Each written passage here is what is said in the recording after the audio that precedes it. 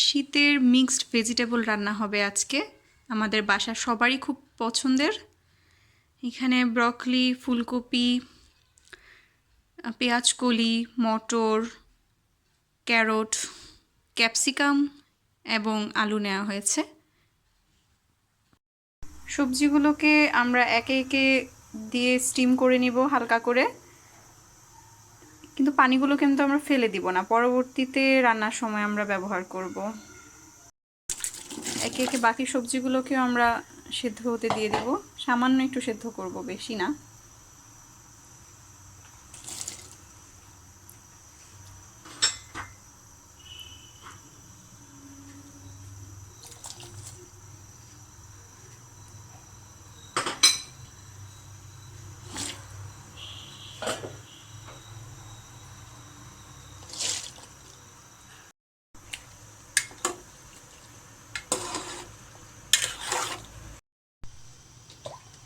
রান্না শুরু হয়ে গিয়েছে, হেলদি রেসিপি, সবজির রেসিপি।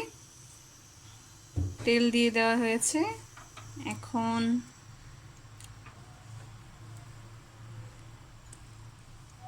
রসুন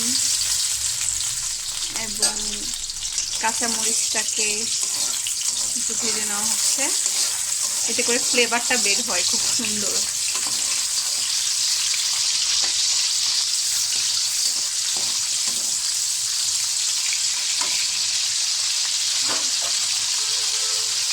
সবথেকে মজাদার ইনগ্রেডিয়েন্ট সেটা হচ্ছে গোলমরিচের গুঁড়া, যেটা কিনা স্বাদটাকে আরও বেশি স্ট্রং করে, একটা ঝাঁঝালো স্বাদ নিয়ে আসে। এটা ডিফারেন্সটা বোঝা যায় যখন আপনি কোনো রান্নায় গোলমরিচের গুঁড়া ইউজ করবেন। এটা এক্সেপশনালি মজা হয়ে যায়।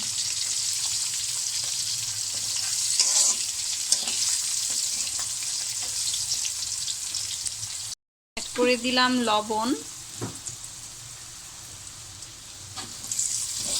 এবারে বাকি সবজিগুলো সব দিয়ে দিব। সবজিটা সেদ্ধর সময় আমরা কিছুটা লবণ দিয়েই সেদ্ধ করেছিলাম, এই জন্য এখন লবণটা কম দিয়ে আমরা বাকি প্রসেসটা করছি।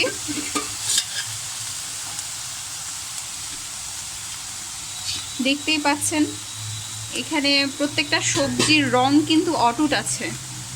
এটা যদি অনেকে আবার করে কি যে সেদ্ধ করার জন্য পরবর্তীতে পানি দেয়, এটা ভুল প্রসেস। এটা যদি দেওয়া হয় তখন দেখা যাবে যে ব্রোকলির কালারটা নষ্ট হয়ে যাবে, গাজরের কালারটাও নষ্ট হয়ে যায়।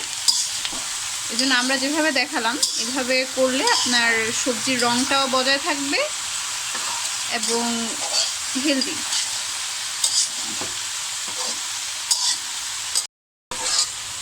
সবজিটা 5 মিনিটের মতো সটে করে নামিয়ে নিব এখন আমরা। এই তো তৈরি হয়ে গেল খুবই সুস্বাদু এবং ভীষণ হেলদি একটা ভেজিটেবল। আপনারা বাসায় অবশ্যই ট্রাই করবেন এবং সবাই মিলে খাবেন। ধন্যবাদ।